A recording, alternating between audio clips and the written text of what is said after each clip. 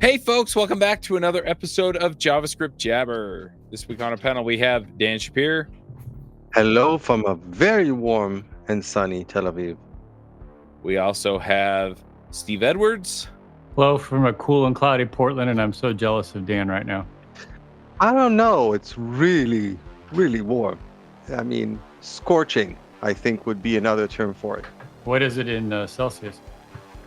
It went as high, well, today's actually kind of better, but it went as high as 30 something, 33, 34. I'd still take that over cold any day. It's warm here. I'm Charles Max Wood from Top End Devs. And this week we have a special guest, and that's Robin Marx. Robin, do you want to say hello? Hello, this is Robin Marx from currently kind of sunny, but very soon to be very wet and rainy Belgium. Which kind of sums up Belgium in one sentence, I guess. That and chocolate. Chocolate and fries. I'm partial to Belgian waffles. Anyway. So do you want to give us a little bit of background as far as I see network and protocol performance? So what? That's kind of a broad topic. So you want to give us a little bit of background as to what we're talking about? Yeah. It really is a broad topic. Like I was saying to Dan before, I started off as a game developer. And if you try to network games, that is a very, very complex undertaking. Yeah. That kind of got me interested in the whole networking business for real. And then I got the opportunity to work on research for HTTP2. So this was way back in 2015. HTTP2 was brand new. And the research was like, it claims all these magical things. If you remember this, like HTTP2 was going to be twice as fast and, websites were going to be much, much better loading. And so within a month of researching that, it very quickly turned out that was not the case, right? Absolutely not. Sometimes it was even much slower. And that really got me hooked. It was like, how can this be when everybody's claiming A and it turns out to be B? Mm-hmm. And that spiraled out of control into an actual PhD in networking performance, where I eventually it's not often we have an actual, like we bring somebody over to talk about a topic and that person actually has an actual PhD in that topic. Right. Well, happy to be one of the few. Although it's also a downside, I have to tell you. You do get like I don't know what to say, like too focused on this one aspect. Which I definitely have, right? I'm interested in all parts of performance, but I usually overemphasize the networking part a bit too much, and that's not always to the liking of everyone. But yeah, I think it's actually a good thing because a lot of developers and web developers really take networking as a given, which is kind of I don't know, amusing or on the one hand and a huge blind spot on the other, because networking does have like a huge impact on everything we do. I mean, at the end of the day, what we do is primarily delivering stuff over the network. I couldn't agree more. And that's also why I was interested in coming on this podcast specifically, because usually the network is a black box, right? You don't really need to know how it works. It just works. But you have some features that allow you to manipulate what the network does, especially the later years. You have things like preload and lazy loading of images and async defer JavaScript. And especially recently, you have fetch priority that you can use. And all those features like very directly tune what the network protocol is doing. Mm-hmm. But in practice, people don't really understand what's happening under the hood, and they make terrible mistakes with these features, making things slower instead of faster. And that's what I'm trying to do a little bit, like teach people a bit more about how it works under the hood so that they might not make the same mistakes over and over again. I have a question to kick us off, something that really has me curious for a long time, and can also like get our discussion into some of the protocol and networking details potentially. Like I remember hearing that if your HTML is under 64K, then that's like this big performance win. Is this actually true? Oh, it's very interesting. You use 64K. The usual number is 14K. Right.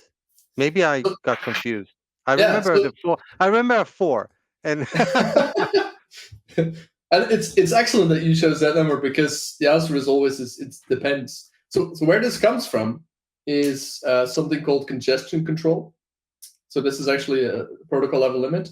If you set up a new connection, the server can only send back a limited amount of data, because you don't know how fast the link is yet, right? So the way it works is you send back a little bit of data, you get confirmation everything worked, you can send a bit more, more, until you're actually gaining the speed that you want. So that's this is a TCP thing, right? TCP and quick transport protocol thing, yeah. And so most default configurations of servers say that you can only send about 14 kilobytes in that first response. That's about 10 packets, about 10 TCP packets. That's where that comes from. And then you double it to 20, then to 40, then to 80, and so on. So that's where that comes from. The point is that's a default Linux configuration. Most people don't run default configurations, especially if you're doing a CDN or a hosting provider. They often bump that to, like I said, 64 kilobytes. I think the biggest we've seen in practice is 120 kilobytes on one of the CDNs. And then they also tune this based on the network. So they might go a bit higher if they know it's a cable network, and they might go a bit lower if they know it's like 3G, for example. So conceptually, yes, the smaller your initial HTML is, the more chance you have that it will get delivered in the first round trip and that you will get the benefit from that. But in practice, it's super difficult to find that exact sweet spot. It's not always 14 kilobytes, not always 64. It really depends on your setup. And even if you get there, it's only one round trip that you win, right? Which in some cases can be huge, but especially if you're using a CDN, it shouldn't matter too much there. So this is usually something I say, first look at everything else you can optimize. And when that's done, then you might start look at this kind of stuff. Like you probably know my colleague from Akamai, Tim Grigorik, Yes. who like super optimizes his personal website. He is running into this kind of stuff. He's doing like toy models and stuff, right? Yeah, he does scale modeling, and it's and he just every minute of his free time he spends optimizing his site super fast. But wow, I thought I was a geek. Right. Hey, he's doing very good stuff. But so yeah, to answer your question, it's not a huge boost, and it's difficult to tune, and it's not always 64 kilobytes. Especially especially in these days where like the HTML is kind of created for you by some sort of a meta framework that does hydration, and you have very little control over the size and how things are done exactly. Exactly. But something that Tim was doing was manually shortening the names of his CSS classes. So that his first 14 kilobytes would be shorter and the bigger part of the page was falling in. Stupid stuff like that. I wouldn't recommend anybody actually do that. But if you're a performance geek, then that's the kind of stuff you can do. That made a difference, what with broadly compression and stuff like that, making the names a little bit shorter actually made that difference for him? Not that individually. He did a lot of those small different tricks, but like in combination, they all add up to reduce just enough so that he could get whatever he wanted to pass in that first round trip to the client. Yeah. Cool. So you were starting to talk about like HTTP 2. Now that kind of assumes that everybody knows what HTTP 2 actually is. I think I assume most people know what HTTP is, but people don't necessarily know what HTTP 1 or 1.1, then 2, then 3 are, and what are the differences between them. Can you maybe elaborate on that? Do you have time to do a PhD? Getting into OSI and stuff. The executive summary then. So very simply, for HTTP 1, you could load one resource, one file over the connection at a time. So you often have multiple connections, up to 6 typically open. And then HTTP 2 changed that you can request and download multiple files over the same connection at the same time. That was like the big Multiplexing. innovation. Multiplexing, yes. That was the big innovation that HTTP2 brought. You didn't need like 30 connections per web page anymore. You needed one per domain, which severely simplified a lot of things. And now HTTP3 is basically the same thing as HTTP2 at that layer. At the HTTP layer, they're basically the same protocols. HTTP3 is very different because at the layer below that, right, the OSI layer, the transport protocol, we swap out TCP, transport control protocol, for something called QUIC. And QUIC then does a lot of magic at the lower layers to better deal with packet loss, to better deal with slow networks, and especially add more encryption. Maybe you can elaborate on that a little bit, because I recall from the early days, people used to say that whoever like I actually worked at a company that like a long time ago that implemented our own protocol over UDP instead of working in TCP because we had very special requirements. I know that video also does that for various reasons, but there's this famous saying that goes that whoever like circumvents TCP or avoids TCP ends up reinventing TCP. So I'm kind of curious as to what was the motivation for replacing TCP in HTTP2 with QUIC in HTTP3. Yeah, so I love that quote, right? You end up reinventing TCP because in practice, that's what QUIC did. QUIC is very similar to TCP, except in a few key areas it's not, but mostly it is. It's still reliable. It still has connection setup. It still has congestion control, that kind of stuff. The reason why we moved to QUIC is that you can't practically evolve TCP anymore. So if you try to add features to TCP, which we tried for decades, the problem is a lot of firewalls, especially, expect to see certain TCP things. And if they see something new, a new feature being added, and firewalls don't know about that feature, they're like, oh, I don't know if this is a good thing or if this is an attacker trying some shenanigans. I'm going to play it safe and I'm just going to drop that traffic. So if you want to change anything about TCP, you're in for like a decade of waiting because all the different firewalls and everything else needs to get updated. And you actually see this with IP as well, right? IPv4 versus IPv6.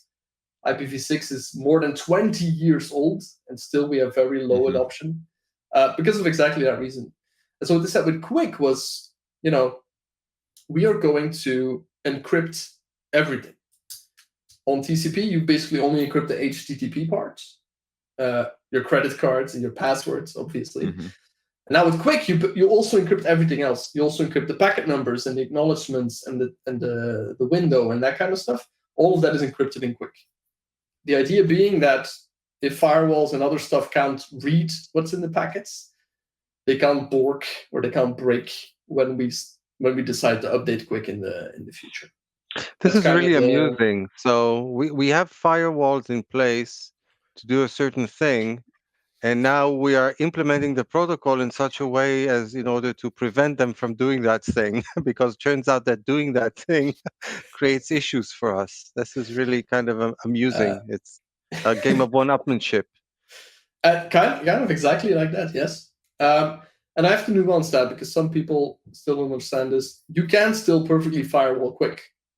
QUIC is very firewallable, but you need to do a lot more work. You need to actually read the RFCs. And if there's a new version of QUIC, you have to implement that new version of QUIC before you can actually start firewalling it, which is not the case with TCP, right? So it's kind of, you have this wild ecosystem where everybody can do whatever they want, and that has turned out not to be very healthy in practice for the evolvability, and they try to enforce this now from the browser and the server side. So you said that one big difference is the fact that QUIC is encrypted from the get-go. You mentioned the fact that it prevents firewalls from creating issues.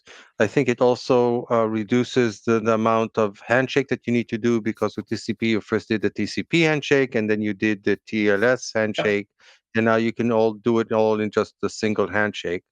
I seem to recall, and maybe I'm recalling incorrectly, that part of the motivation is also that TCP is kind of old. It's like what, 50 years old? How old is TCP?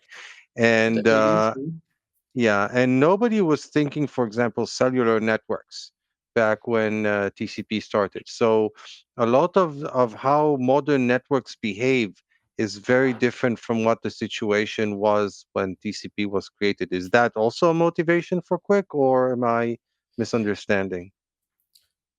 It's definitely part of it, right? You want TCP to be evolvable. You need to add additional stuff, but you can't because that takes a decade, right? So that's why you want Quick to be able to.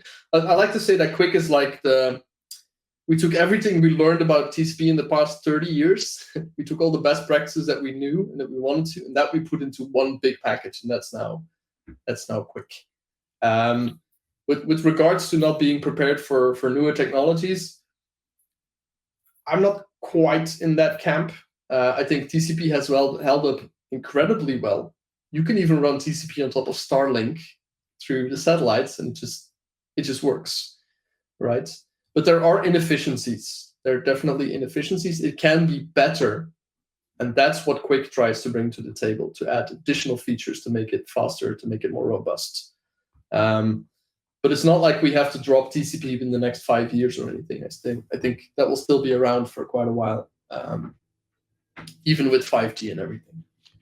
Now, I hope you can understand. You can answer this honestly, given that you work for an Akamai, I think, who is a CDN provider. Yes. Often, our control over whether or not we use HTTP 2 or HTTP 3 kind of depends on which CDN we choose. Some CDNs, I think, or maybe today all of them support it. But the question that I'm trying to ask really is, suppose I'm setting up, my web presence. How important is it for me to make sure that it's served by HTTP 3 versus HTTP 2? The final part of the question is quite easy. I think you can still just get by with HTTP 2 perfect, right? We've been doing that for 10 years almost. Again, HTTP 3 and Quick give you extra benefits. Can make it a little bit extra fast, especially in challenging conditions. It's not like HTTP 2 is suddenly not good enough or not good anymore. And that leads into the part of the first question, and the CDN part is, right now, it's very challenging to, let's say, do self-hosted HTTP 3. At least if you want all the fancy new features, right? The actual features that make it very much faster, or that will really see you change the metrics, those are super difficult to deploy yourself. Things like zero RTT and actual multipaths and connection migration. That's something that requires a lot of technical depth and security to get right. So most people can't do that by themselves. You need a CDN right now because they invested upfront in the whole deployment of it, which is also a downside because it's becoming very centralized, right? If you want to be on this cutting edge, if you want to use these latest and greatest features, even though it's like an open protocol, open standard, you kind of have to use one of the big companies, at least for now. And I think that's going to last for a couple more years. So you can't use something like Nginx or, I'm trying to think of what. Yeah, so Nginx is a good example because it's one of the only, I guess, very popular off-the-shelf servers that has an HTTP 3 implementation. Apache does not have it, and as far as I know, doesn't have plans. Node.js does not have it, right? Right. And even Nginx is only in the beta state right now. It's not being sold as this is production ready. And even if you would run Nginx, like I said, the real advanced features that will give you the big performance boosts are not going to come out of the box. You're going to need some custom setup or specific configuration to get those. Yeah. Are there any off-the-shelf ones that are working on it beside Nginx that you know of? Caddy is a big example. Caddy, I guess. They friend of the show, I think. Yeah, we've had Brian. Is that his name? Holt? Matt Holt. Matt Holt. That's it. Yeah. So Caddy was quite early on. They used a very good quick Go library there. But even there, they say it's production ready. Actually, there are several key features that Caddy does not support that I try to bug them about like every 6 months. So it's like, how should I say, there is almost no way right now to get all of the performance benefits or the robustness benefits that you get from a CDN or a big hosting provider by running it yourself. Okay. Not surprising to be and I'll be blunt, unless you have some very, very good reason, which I don't know what it is, you don't want to be self-hosted. It's just not worth the hassle. It's the economies of scale. You want to take advantage of some. That's my take on it. I'm sorry, but that's just how I look at it. Maybe it's my history at Wix speaking. I don't know, but that's just my view on things. Yeah, and see, I come at it from completely the opposite side of things. I mean, I self-host everything I do. I encourage most of my clients. I mean, once I'm into the handoff where, I'm not going to be maintaining things anymore, then yeah, I might push them to something that's managed just because they don't need to hire somebody to manage it for them, right? That doesn't make as much sense as going with a Vercel or Heroku or something. But as far as like my stuff, I mean, I self-host it all. And the reason is because it costs me less. I get exactly what I want. It costs less if your time has no value. Let's put it this way.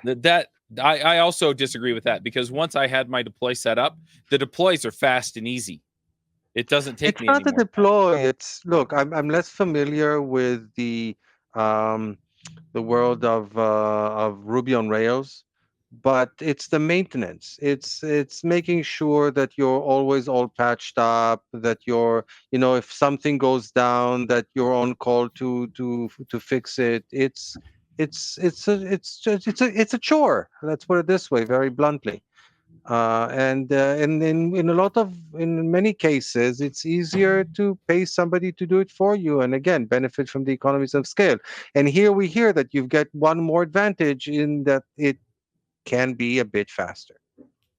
Although to be honest, and putting Quick aside, using a CDN is kind of a prerequisite for performance if you've got an international audience for your website. I agree with that last part wholeheartedly, Dan. I think if you're really focused on performance, you should be using a CDN. There's really no argument against that. For the earlier part, I'm kind of in the middle. I work for a CDN, so I do think it's a good thing to get someone else to do that for you. But I do feel very strongly that you should have the option to just do it yourself if you want to, right? Because it does make more sense for people. I won't argue with that. There are, if for no other reason than freedom of information, and you have the right to do whatever it is that you want, again within certain legal and moral boundaries. But other than that, yes, you don't want to necessarily be dependent on the terms and conditions of somebody else. But going back to the topic at hand, you gave what I consider to be a really interesting talk, and the fact that it had swords in it helped. In the latest Performance Now conference, yeah, that one. Let me boost the viewer numbers of this one then. So, is that like Anduil? No, these are actual sporting swords that we use. So these are not from a movie or anything. These are just to make safe for actual sparring, for actual hitting each other. Is that how you handle conflict resolution? Absolutely. It's kind of a permanent solution. In the talk, Dan mentions I call my coworker on stage to teach him a lesson with swords. Yeah. It was Tim, I think, wasn't it? Yeah, it was. The aforementioned Tim. Yeah, that puts you on the cutting edge of conflict resolution there, doesn't it? So getting back to your talk, what you were talking about, as I recall, was about we mentioned that HTTP2 introduced multiplexing, and people assumed that it was a great thing and that it will utilize the network much more efficiently and get stuff down faster. And it turned out that that's not necessarily the case. And yeah, so maybe you can talk about that. Yeah. So I actually thought long and hard, because usually when I explain this, I have a PowerPoint, right? I can show visuals. How do I explain this with just audio? So I come up with a metaphor for a warehouse, like a store, right? Let's imagine there are 10 people going to the store and you all want to check out, but there's only one register. So only one person doing the checkout. What happens in real life is whoever arrives at the register first gets done fully. They pay, and then the next one, and then the next one. Imagine if that was not the case. Imagine if the person doing the checkout would say like, okay, I'm going to take one item of the first cart. I'm going to scan that. Then I'm just going to skip you for a moment, go to the second one, take one item from your cart, scan that, go to the third one item, all the way to the 10th, and then I'm going to come back to the front, and then one item for each again.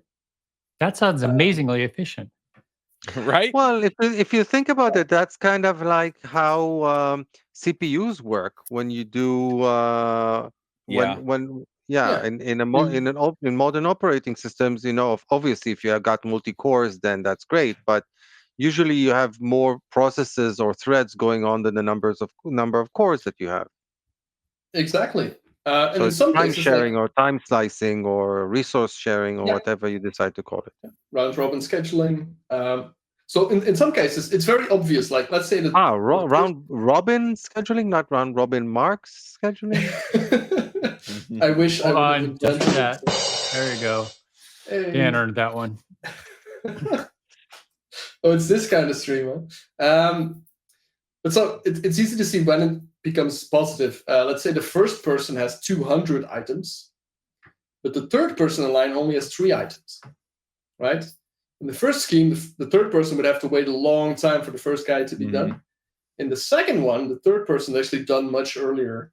And you're not delaying the first one by that much, because it's just like, let's say 3 items more. So those are like the two extremes, right? You either do everything sequentially, back to back, or you do something called round robin esque. You share bandwidth in this case.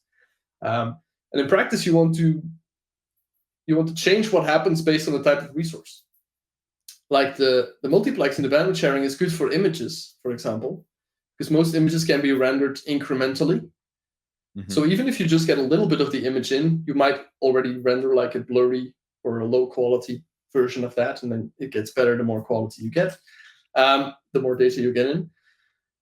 But very crucially, for things like JavaScript and CSS, those have to be downloaded in full, every last byte, before they can actually be applied to the page.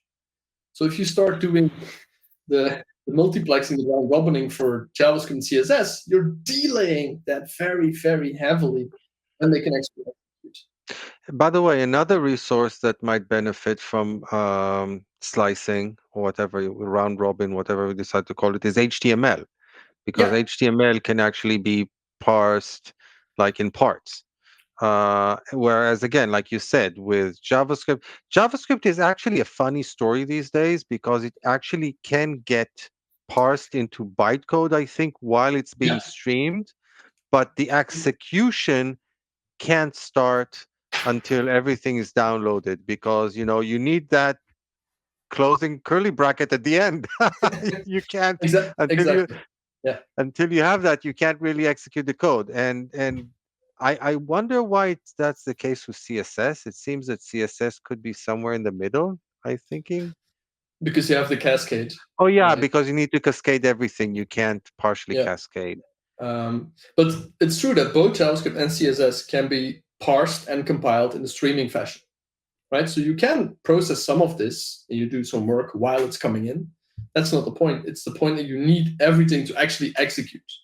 right, to actually load the JavaScript to execute the function that it's trying to do, for example, right? And that's and so to make the story round, so those are the two options, multiplexing. But it turns out that sometimes you really want one, and sometimes the other, and sometimes something in between. And it turns out that a lot of servers, in HTTP2 it was mostly the servers, got it very, very wrong. They just ignored what the browser was telling them. They're just like, oh, browser, you want JavaScript and CSS to be sequential? I don't really care. I'm just going to send them multiplexed as well. And so while conceptually HTTP2 could be as fast or even faster than HTTP1 different connections, in practice it was not, because this whole multiplexing thing was usually just going all the wrong directions because of implementation bugs. Wait a minute. With HTTP 1.1, as you said, actually what we had is, let's say let's simplify the scenario. Let's say it's just the one domain.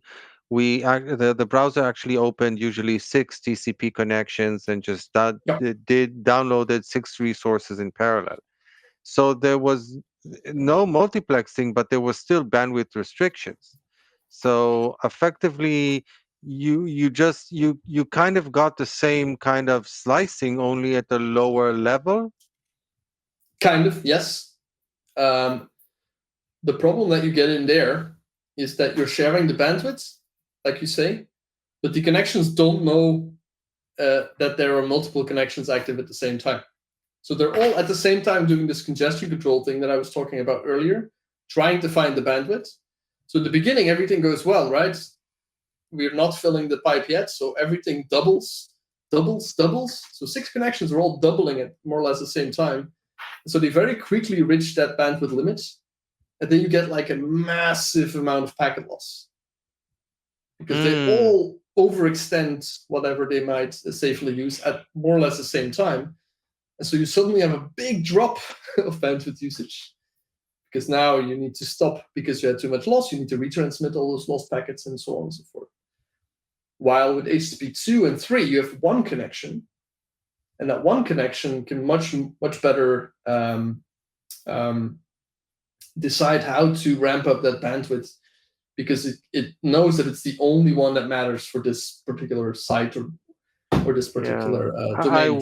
I wish it was the one connection. I mean, in this day and age of third-party scripts and pixels, and the fact that if you have like cores and not cores, and you actually ends up being even 2 connections per domain, you very quickly, even with HTTP 2, can get to a pretty high number of active connections. Yes, but the crucial difference there is that most of those extra connections don't download a ton of data. Like third parties, they usually only load like one file or something. It's still going to be 1 or sometimes 2 connections that download the bulk of the actual data, right? And before it used to be 6 or maybe even 12 connections that the bulk loading. So Now, you said that the servers kind of ignore what the browser is telling them to do. So my question is, regardless of that fact for a minute, how does the browser actually try to tell the servers what to do? And can we as web developers impact what the browser is saying? Excellent question. And that's where the aforementioned talk was about, right? It's like a whole hour just on that question. So again, the short summary is, so browsers basically look at the HTML and then try to decide, okay, this is probably an important resource. This is probably less important. So for example, a JavaScript in the head. Maybe even the better term would be more urgent and less urgent, not so much important. That's perfectly fine, because in practice it's actually called urgency. Very good. So let's use urgent. So the browser says like, okay, a JavaScript in the head is going to be more urgent than a JavaScript in the bottom of the page, for example, right? That's a power that you as a developer have to give the browser a couple of hints. And so the browser then says, okay, I'm going to assign an urgency or a priority to each resource based on those hints.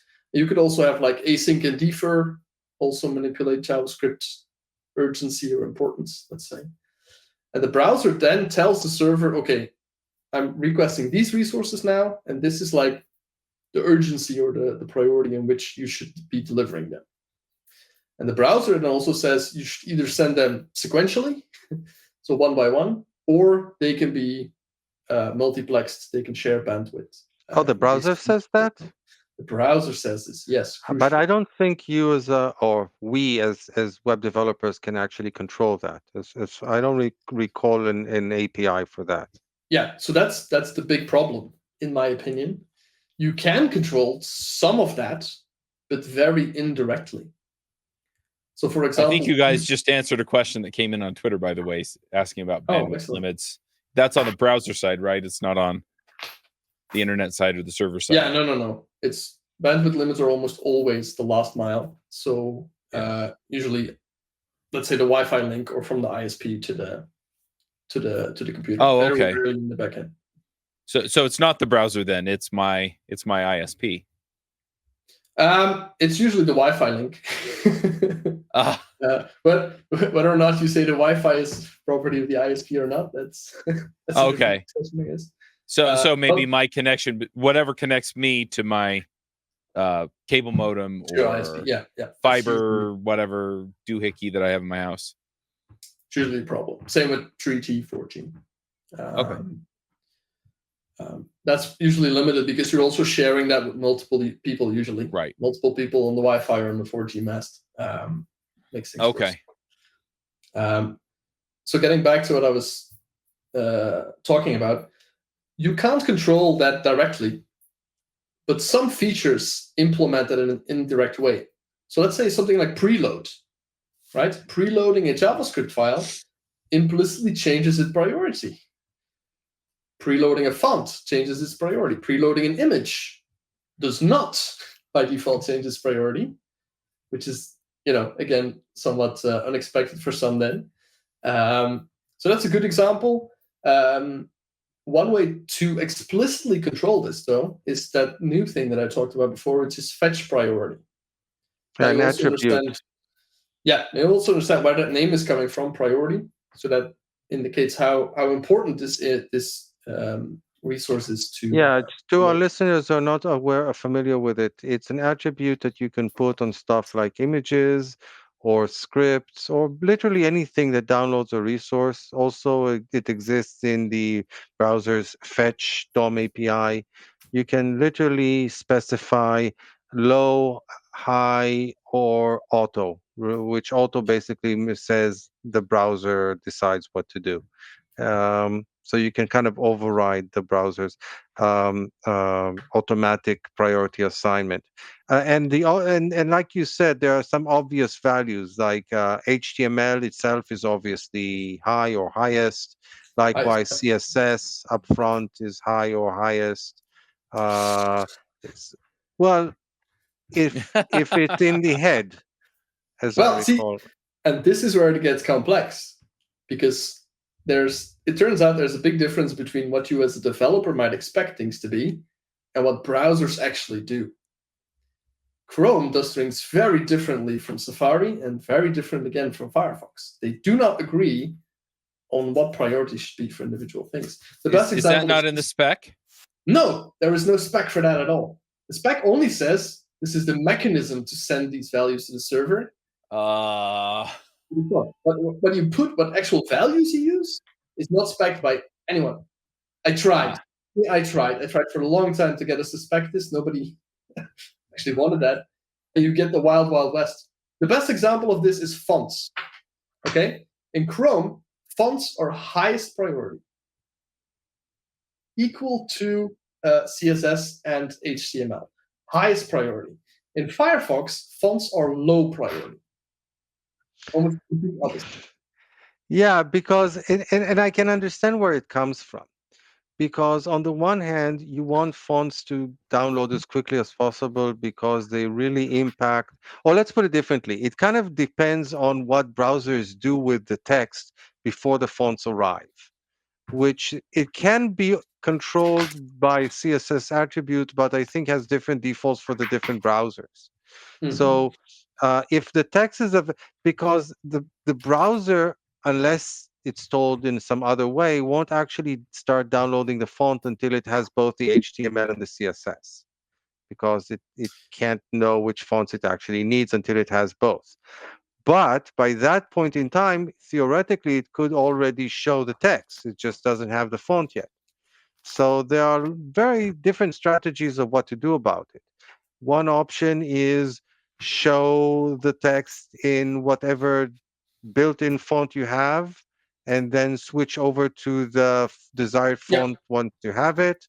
Another one is no, don't show anything because it will be the wrong font and will be displayed all bad and things will move around once the actual font arrives. So don't show the text at all until the font arrives. And then there are kind of like the in-between solutions that show it for a short time with that font and then switch over, or don't show anything unless it takes longer than some period of time and then switch over to the fallback. And the different strategies that you choose obviously also impact the priority you assign to the font, because you want to be able to show the text as quickly as possible. So whether or not you're showing something in a fallback impacts the priority you assign to the actual font resource. Yes, but the point is, and it's more than that. Here, the browser chooses for every single font. It's not like if you determine the fallback font in CSS, that the browser is going to change the prioritization of the fonts. That would make more sense with your explanation, I would agree. That's not what happens at all. In Firefox, all fonts are just low priority, whether or not you have defined it as a fallback or not, or treat that as not. There are several other examples, especially for JavaScript, because this is JavaScript, JSJ, right?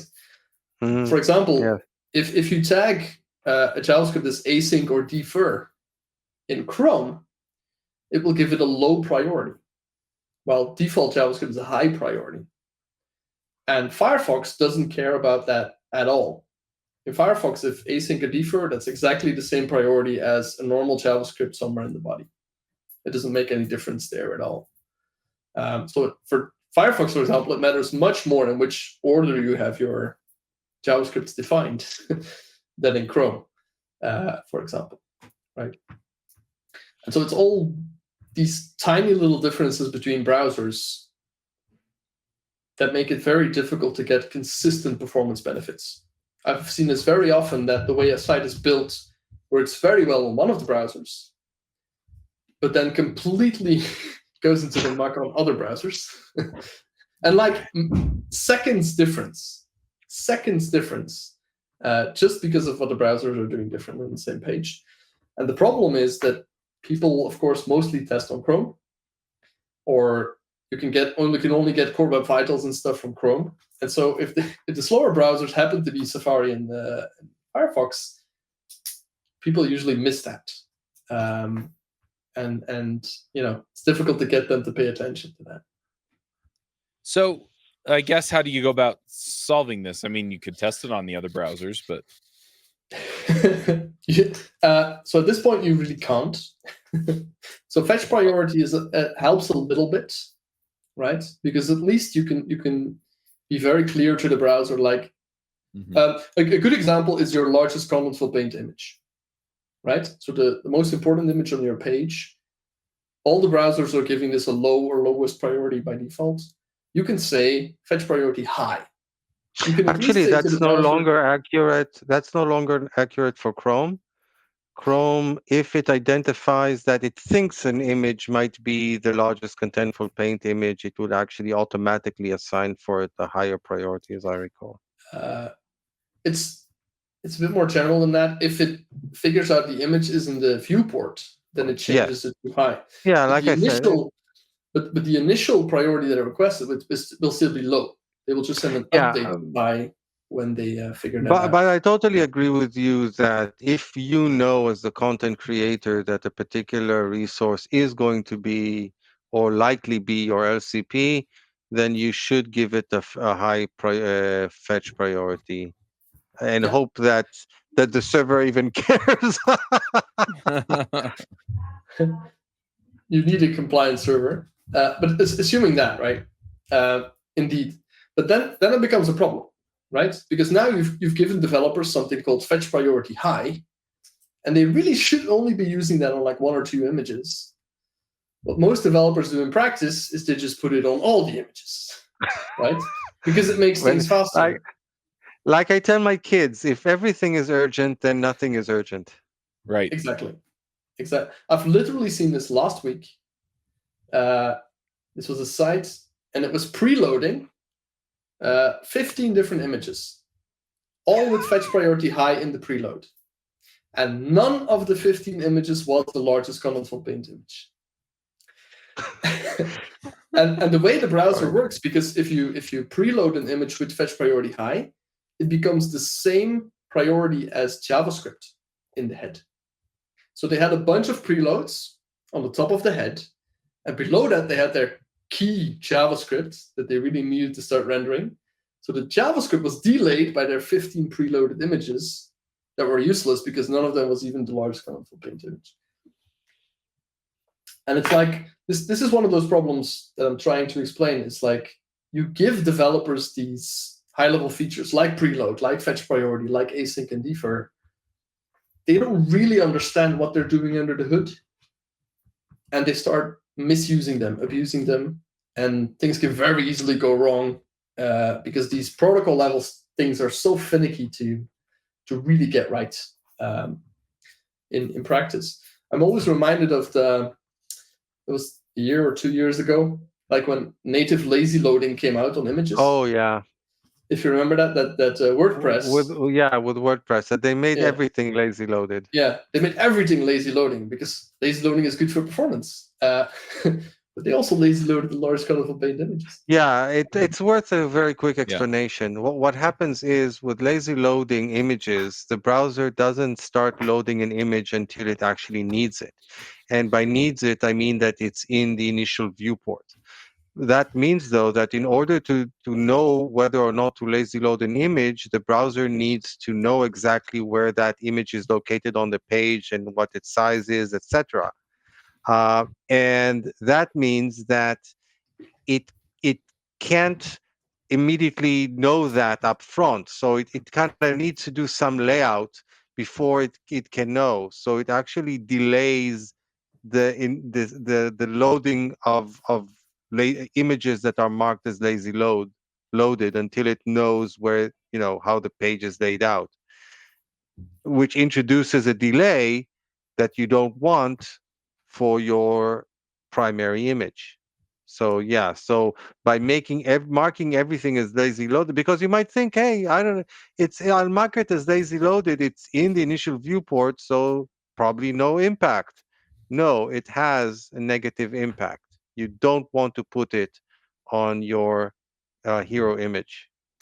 Yeah, exactly. And the point I want to make there, it's the WordPress developers didn't do this because they're stupid or anything, right?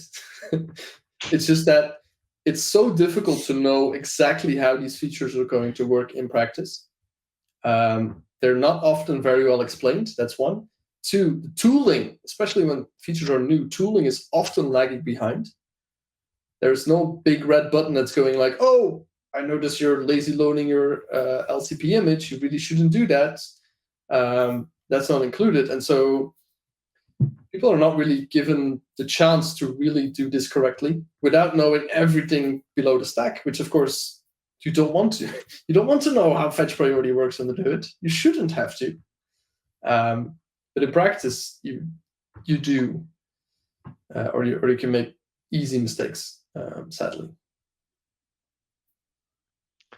So if somebody wants to do networking properly, correctly, what would be the main things to look for? I'll let you say it, and then I have some of my own, and we will see what overlap we get between us.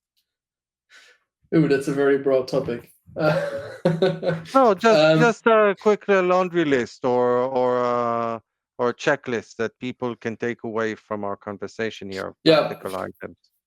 I guess again on the server side, it's very easy. Don't do it yourself. Use a CDN. Use a hosting provider. I'm not going to say they do everything correctly. In fact, several of the larger CDNs and hosting providers have big issues when it comes to HTTP3 implementation specifically. But they're likely to be closer to the optimal than what you can get yourself. That's that side. And then on the front end, use these special features in a very limited fashion. If you're using preload, if you're using fetch priority and stuff, only use them in a very limited way. And ideally start without them, see what that does, and then sprinkle them in where you think you might need them, and test the hell out of it. Do good performance A/B testing to see what actually happens. And a great tool to do that A/B testing with is web page test. I mean, you can get very. You don't agree? Interesting. If you'd asked me this a year ago, I would have said yes, web page test is the best. Since then, I think you probably know, it feels like the web page test is a very good tool, but it got acquired by the company Catchpoint a couple of years ago, and it feels like, I'm not sure if it's true, but it feels like they've kind of abandoned the project a bit, or they're not, at least not investing enough into it to keep it super relevant, in my opinion. There are some long-standing, especially network level bugs. It's very difficult to debug network level stuff with web page test nowadays, in my opinion, that you just don't fix. And so for me personally, I've switched mostly to a different tool called Debug Bear. Oh, Debug Bear. I know of them. Who also have a free speed test. It's in some areas it's less advanced than web page test for sure, but in others, especially when it comes to networking features and things like, oh, you're doing something wrong with your LCP, or you're preloading too much, that kind of stuff, is very, very well integrated into Debug Bears. Well, if you want to look at it from the level of somebody telling you whether or not you're following best practices, then Lighthouse is probably the easiest thing to use. It won't give you a network breakdown. You won't actually necessarily understand what's going on, but it will give you like, hey, you're doing this stupid thing. Please don't do it. Like at that level. So just to pick in there, I love Lighthouse. For its audits. I think the audits are amazing. Yeah, exactly. Right? But for network level stuff, Lighthouse it's not a good tool. Yeah, I know. It's simulation. It is of network limits. Let's put it this way. I got some results out of it, which obviously made no sense. Mm-hmm. I think it's a great tool. But like every tool, you need to be able to interpret and to use it correctly. And too many people just run Lighthouse, take whatever performance score it gives you, and then pretend like that's what you should be looking at, which is, in my opinion, not true. But the audits are amazing. I use the audits almost daily.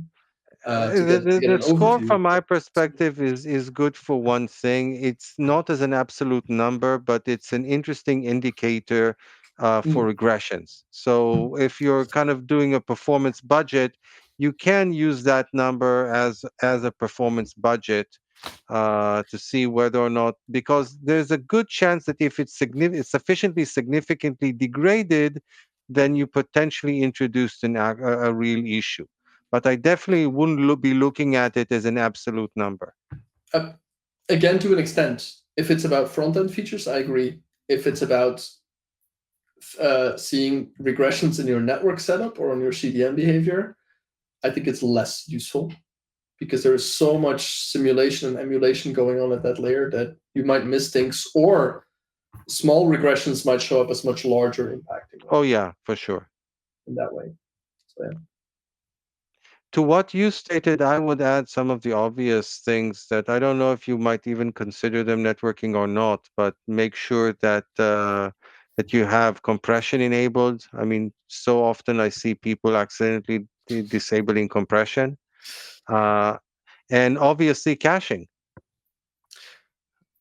Yep. The fastest thing is the thing you don't even have to send. Yep. That is, I of course agree. And again, those are things that CDNs help you get 95% of the way as well, right?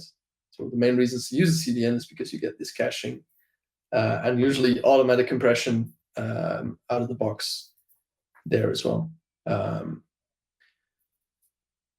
would also go as far as to say, and I've always said this, is optimizing the network is not the first thing you should be thinking about, right? The differences between HTTP 2 and 3 and all these features only come into play when you've optimized most of the other stuff first. I'll start with the inverse. If you're like, so many sites are still using client-side rendering. If you're using client-side rendering, then regardless of anything else that you might be doing, you won't get a good initial loading results. Now, you might not necessarily care. I mean, if you're building a page which is not intended to be indexed, if it's behind some sort of authentication, if it's a dashboard or like for an internal app, I mean, obviously nobody wants something to load especially slow, but the loading performance might not be the most important consideration. And in those scenarios, then a client-side rendering might be good enough. If, on the other hand, you're building an e-commerce site, a marketing site, anything that needs to be indexed, it just, and it's client-side rendered, then there's no point really in talking about anything else until you fix that. I largely agree with that. Yes. The nuance I always try to say is like, it's always about priorities and developer cycles that you have to spend, right? Oh yeah. I disagree that it's just because it's an internal tool or a B2B tool that you shouldn't care about performance. I've had many times where I've tried to go onto the company portal on a 4G or 3G connection train, and it was really critical. I looked up something within 5 minutes and it just couldn't because it's crap. I think people usually dismiss performance a bit too early in those kinds of situations. But I do agree, of course, that it's always a matter of priority, that in some cases you might want to add more features first, even though they might make things a bit slower. Or alternatively, people care more about responsiveness in some cases rather than the initial loading speed. Like if it's an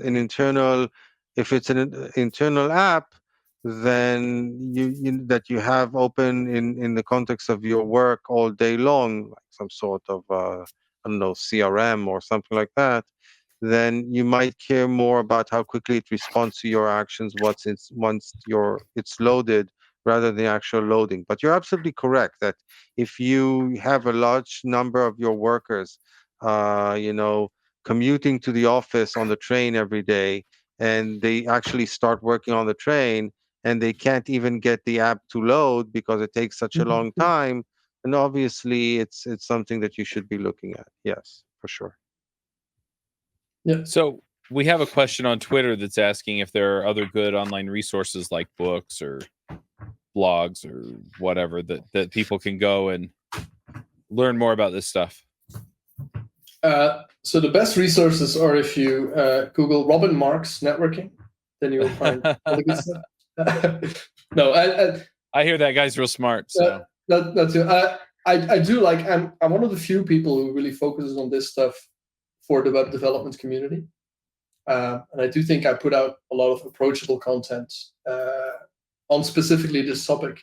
The other main resource that I would say always is the book High Performance Browser Networking by Ilya Grigorik, which is available for free online at, and now take notes, it's hpbn.co. So High Performance Browser Networking, hpbn.co, which is a free online book, which is slightly outdated by now, even though it's been updated with some things. For example, I don't think it covers HTTP 3 yet. But it's still a very good resource to get with the basics. He explains how the networks work underlyingly, what things like congestion control and that kind of stuff are. It's still an excellent resource. And then you have the HTTP2 book by Barry Pollard, who is now at Google. Mhm. So the Google. We've had them on our show like once or Yeah, twice. both of them. So for people watching the stream, that's this one, right? Again, I wouldn't say outdated. It's just not very recent, but it explains HTTP2 in an amazing way. And again, gives you a lot of insight into why things work the way they do and how that works. And a lot of what's in HTTP3 and Quick and what we're seeing now started with this kind of stuff. So it's good to get like the basics done for this. And then I would basically say, to finalize, don't just look up Robin Marx on Google, also look up Barry Pollard on Google. Barry got his job at Google now because he put out such consistently excellent content on performance and networking performance. He has a ton of excellent blog posts from before, and now he's blogging a lot on the web.dev, among others. And so pretty much anything that Barry writes is good for this kind of topic, I guess. Both of you have written quite a bit for Smashing Magazine, as I recall, and you got a series of posts there. Barry is doing a lot of work there. I think he actually even worked with them on improving the loading performance of Smashing Magazine itself. Exactly. So yeah, I think Barry, and then performance in general, like networking performance in general, the go-to guy is, of course, Harry Roberts, who was also here a couple of weeks ago, I think, or a couple of months ago. Yes, we had him as a guest on our show as well. He's great. And if you mention Harry, and again, we talked about your talk, go in YouTube and just look for the Performance Now conference, and all the talks are published in YouTube for free, and there's a lot of great content there. So we were talking about resource hints. Harry talked about these. We were talking about caching. Harry also talked about that. And of course, your own talk that I mentioned with the swords about how web servers and browsers handle priority and how they mess it up so often. Yep. And any other talk from Performance Now. It was a great edition last year. Yeah. Awesome. Well, I'm going to push us into picks. Before we do that, Robin, where do people find you? You mentioned Twitter, I think, before we got started. But... Yeah, so I'm at Twitter. My handle is Programming Art. Like I said at the start, this is from when I still thought I could be an artist. I gave that up. So it's not now. It's just the programming part, but I can't change the handle. So the handle is Programming Art. You can also find my Mastodon link in the profile there, because I don't even know it by heart. And then I'm actually a lot on LinkedIn nowadays as well, because that's where most of the Akamai related people are as well. And you can always feel free to reach out, to send me an email or a DM or anything. I'm always happy to talk about this kind of stuff. Awesome. All right, well, let's do our picks. Dan, do you want to start us off with picks? Yeah, sure. So two things really. The first is kind of work related. So it's really funny. I've started working at SciSense as principal engineer, and I'm learning the code base, or code bases actually. And I was going through what was being sent over the wire, kind of related to what we talked about today. And I thought it would be interesting to understand how the thing worked by diving into the networking layer. Long story short, saw some things, started fixing it, created a PR to fix it. When you touch networking, it spreads. And pretty soon I've got a PR that touches close to 35s. And and whoops. Basically, both in terms of the code execution and also of the type system in the TypeScript, the scenario of empty server responses was not handled properly, and it touches a lot of things. So yeah. Anyway, so that's so pick number one is I don't know, like be careful of how big a bite you choose to take when you're starting with a new code base. I don't know. On the other hand, it's an interesting way to go. You make yourself make everybody aware that you're there very very quickly. Let's put it this way. So that's my kind of pick number one, and the other pick is an actual pick. Is a show on Netflix that we recently watched and enjoyed very much. It's called Eric.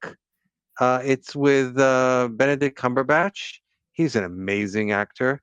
Um, the show is really kind of out there. It's a mini series sort of a thing. I don't remember. They have like 8 episodes, something like that, and that's it. It takes place in New York in the 80s and has pretty much everything that you would expect in this kind of a dark drama about New York in the 80s. So it has a missing kid, it has police brutality and corruption, it has gay rights, it has substance abuse, it has homelessness, like everything bad that you can associate with New York in the 80s is kind of there. But it's actually, we enjoyed it very much. And like I said, everybody acts, the acting there is top notch across the board, in my opinion. And Benedict Cumberbatch, especially, he plays this person who has severe addiction issues that are maybe compounded by or a result of being extremely bipolar. Yeah, it's a very interesting thing. So that would be my other pick for today, and those are my picks. Awesome. Steve, what are your picks? Well, I'll go with, before we get to the high point of our episode, I do have one semi-legit pick. There's an article I saw on Hacker News, and this is a little area that I have done a lot of reading in terms of cosmology, and it's entitled, "Is the Universe Finite or Infinite?" And it talks a lot about the hot Big Bang and some of the implications of the data that we see in terms of cosmic background radiation and so on, and whether there needed to be something before the hot Big Bang with certain requirements. It's totally scientifically geeky if you get into that stuff, but it's on a website called Big Think. So anyway, I'll put the link in the show notes. And now I got to get all set because I had to move my screen around. The high point of all of our episodes is my dad jokes of the week. Dun, dun, dun. So here's some basic logic for you, and we're into logic puzzles. So cheese has holes, right? Yep. More cheese equals more holes. Mm-hmm. More holes equals less cheese. So therefore, more cheese equals less cheese. Yep. You got to think about that. The logic is a little twisted there. So here's one for all you Monty Python fans. I was in Madrid, Spain, and I got sick, and I was in a hotel, and my hotel told me they have a doctor on call. And I was like, really? You do? He says, yeah, no one expects the Spanish in physician. And then Robin is holding his head because he can't believe how good that was. And then finally, my parents raised me as an only child. That really ticked my brother off. Now you reminded me that before the show I said that if you were going to tell us some dad jokes, which obviously you were going to tell us some dad jokes, I'm going to mention this old video that from like, I don't know, 8 years back that ran on Nickelodeon about kids who are the victims of dad jokes and how they cope with it. It's a really funny video. Oh, it's great. I think I might have mentioned it before as a pick myself, but yeah, it's for those of you who watch it, that's in real life, that's what my kids go through on a regular basis. So. All right, I'm going to throw out some picks. So my first pick is a card game. It's called Skyjo. I always do a border card game first. So I'm going to pick Skyjo. Now Skyjo is, if you've played golf with like face cards, it's kind of like that. You have a 4x3 grid. If you get 3 of a kind in the same column, then you can remove the column. And then you're trying to get the lowest score, and you just play until the last person or the first person flips over their last card face up, and then the game, everybody else gets one more shot to fix up their pile. If you are not if you flip over your card, right? If you trigger the end and you're not the lowest score, then there's a penalty. I can't remember what the penalty is, but then everybody tallies their scores up, and I mean that's the game right there. It's Board Game Geek weights it at 1.06, so it, we play it with kids. My 8-year-old loves it when she skunks somebody, right, or gives them the wrong card. She thinks it's hilarious. So I'm going to pick that. Another one that I'm going to pick, and this is a TV show. My wife and I have enjoyed Criminal Minds for a long, long time, and they have Criminal Minds Evolutions, which is just on the streaming service for whatever network they're on. I can't remember.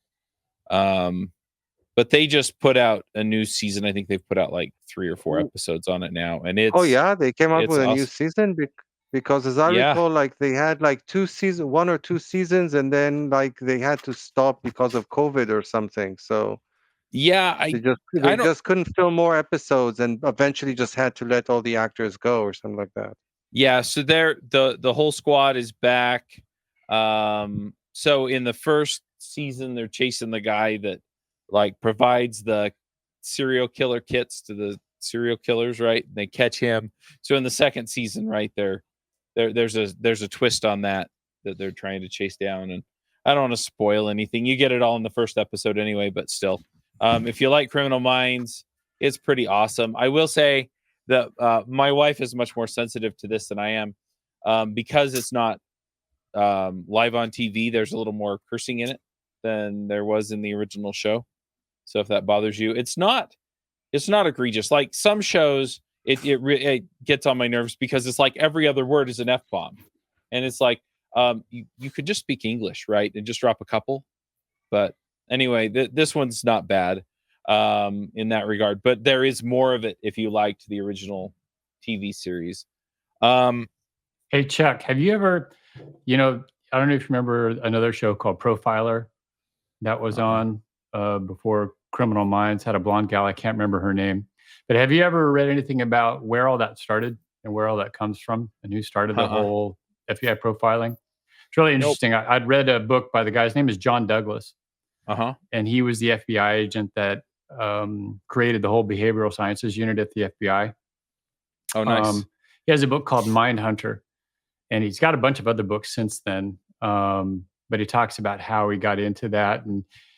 And yeah, I was confused because there was a show called Mindhunter about that guy on Netflix.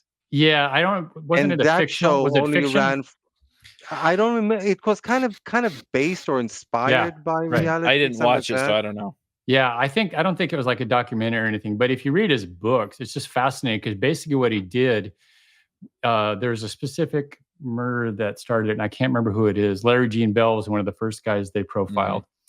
But he basically went in and spent hours and hours interviewing serial killers and just figuring out how they thought, what was their thought process, why did they do certain things, and that's how they slowly built this ability to create these profiles of people. And he talks about some cases where they built a profile about somebody and just absolutely nailed it. But it's hours and hours of research and psychology and so far, really dark roads to go down. But if you ever get into Criminal Minds like that show, and it's not quite as glamorous as they make it out to be, shocker. Oh yeah, of course. But to read about, and there's all this internal drama and strife. And you mean they don't solve a case every 30 minutes? Like no, it takes them 42 minutes. Yeah, it takes a long time. But if you look up John Douglas and all of his books, he's the guy that started it all. Nice. I'm waiting for HBO Max to launch in my country, which is in like 2 weeks, because I will finally be able to rewatch True Detective. I don't know if you ever watched that. Oh, yeah. I've started. Especially season 1 is. I still have yet to finish the very first season. I've watched like 4 or 5 episodes, but I don't have it, and I haven't been able to sit down and watch it. I still got to watch the end of that first one. Well, there's a pick from Robin. Oh yeah, True Detective. All right, I'm going to throw out a couple more things, and I'll let you finish this out, Robin, with more picks. So yeah, keep thinking of them. So I've gotten back into marathon training. I was doing triathlons for a while. Triathlons are a lot more work to train for than marathons, mostly because I have to go to the gym and get in the pool, right? And then I have to maintain my bike. With the marathons, I buy a new pair of shoes when I need it. I mean, that's about it. So anyway, my legs hurt. They hurt. But anyway, I'm using Training Peaks to train, and I bought just a really short, get back into running, run the whole way for a 10K, because I had really let it go, right? The last marathon I ran was 5 years ago. And so anyway, so I've been working through that, and I think the training program I bought was $5. You can get a premium Training Peaks account, but you don't actually have to have it. There are some nice features that come with it. It does some automatic stuff for you, and if you have a trainer, then you can add your trainer to it, and they can. Anyway, that's what you get out of paying for it. And yeah, the features are just convenient enough to kind of make it worth it. But I'm going on the free plan right now. But Training with Peaks works really well, and then it syncs with my Garmin watch. So I have a Garmin Forerunner 235 that I bought when I trained for the marathon 5 years ago, and so it just syncs it up to my phone. So all I have to, it syncs to my phone through the Garmin app, and then the Garmin app syncs it to my watch. And so when I go out to run, I literally just go and select my training calendar and then just hit the workout and then just go run. And so it's pretty awesome. So I'm going to pick that as well. And then the last thing I'm going to pick is this Zulu water bottle. You can see I've got stickers all over it. It's a half-gallon water bottle. So I've been doing 75 hard, which is it's a mental toughness program. It's funny because I talk to some of the people who want to do it, and they're like, "Oh, so you're doing it to lose weight?" And I'm like, "Well, that's kind of a nice side effect of working your tail off." But so the program, I guess I'll pick 75 hard as well. There's a book for it. It's called The Book on Mental Toughness. It's by Andy Frisella. He's the guy that came up with it, and you have to go get the book on his website, andyfrisella.com. But and he has a podcast as well called Real AF, and he gets into politics and all kinds of stuff. So it may or may not be your cup of tea, or you may just pick the ones that are about business and stuff. But anyway, so you go work out twice a day. So I go do my run for one of them, and then I'll do weights or something for the other one. But anyway, one of them is drink a gallon of water. So I just drink 2 of these in a day. And yeah, I have to tell you that when I'm doing this versus when I'm not, it makes a major difference. So anyway, so I'm going to pick all of that stuff. I'll drop all the links in the comments so that you can get them. But anyway, those are my picks. Robin, what are your picks? All right, I'm gonna go through quickly. I have several categories that I've noticed. So one is workouts and training. So I'm going to pitch my sword fighting sports, obviously, or pick it. So people are not aware, that's actually a sport that you can do with sword fighting. It's called HEMA, Historical European Martial Arts. So it's not the same as fencing or something like that? No. It's much more focused on the earlier weapons. Fencing is like a more modern offshoot of what we try to do. But it's still very much based on like historical manuscripts and stuff. It's kind of a combination of sports and living history. And what you might not know, especially people from the US, even though it's historical European martial arts, there are a lot of US-based clubs and US tournaments and all that kind of stuff. So if you're interested there, look it up. It might be a local club for you somewhere out there. Then we have books. I've been really enjoying the Bobbyverse series again. So the first book is called We Are Legion, We Are Bob by Dennis E. Taylor. Excellent sci-fi series. Very what they call cozy sci-fi. Very well done. very enjoyable. Especially the audiobook is cool. TV series, I've been very much enjoying The Boys on Amazon. Season 4? Season 4, yeah. I've actually rewatched season 3 to catch up again. And then Yeah, I probably need to do the same once I decide to watch it. For those who don't know that, it's an alternative superhero series, but very gory. They do see the F word every second sentence, I guess, but it adds to the flavor, Chuck. So yeah, like it's the least of the potential issues with that. It's definitely an adult-only affair, but I love everything about it. How they're the acting, the script, how they're being so satirical on everything. It's great. It's great for me. And then finally, a game that I've been enjoying is Hades 2. So you had the original Hades, which was Game of the Year a couple of years ago. It's a very fast-paced hack and slash type of game, and now they have the second one in early access, where most early access games are usually very buggy and not feature complete. This one is has more content and feels more polished than the first one at release. And I've been enjoying that one thoroughly. So if people are still on the fence about that one, I can heartily recommend it, story and gameplay. What platform is that on? Is that on a console or Steam or what? Various consoles and Steam. I play it with a PlayStation controller on the computer, which is the best of both worlds for me. Nice. There we go. That's right. it for me. Well, thanks for coming, Robin. This was really fascinating. Oh, thank you guys for having me. And it was a great show. Thank you very much for coming on. Fantastic. All right. And like I said, if anyone has any questions, feel free to reach out. I overshare on these things. So. Oh, all good. All right. Till next time, folks. Max out.